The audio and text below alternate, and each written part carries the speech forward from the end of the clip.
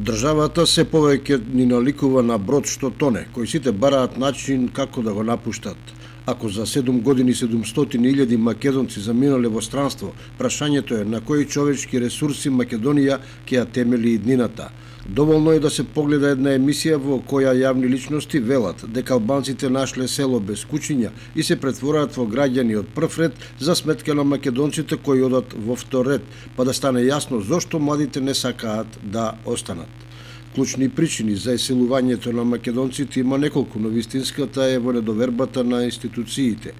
Високата корупција и големата политичка нестабилност, желбата за подобар животен стандард, проблемите со образованието, здравството, немањето перспектива за децата, се само дел од причините кои што ги туркаат пред се младите високо образовани кадри да го остварат сонот надвор од земјата. Дека ситуацијата е повеќе од загрижувачка знаат и во владата, но не знаат како да го запрат одливот на младите работоспособни граѓани. Според извештајот Човечки капитал миграција и како да обликуваме иднината заедно на ОЕЦД, бројот на миграции од Северна Македонија во Европската унија во последната деценија се зголемил дури за 5 пати.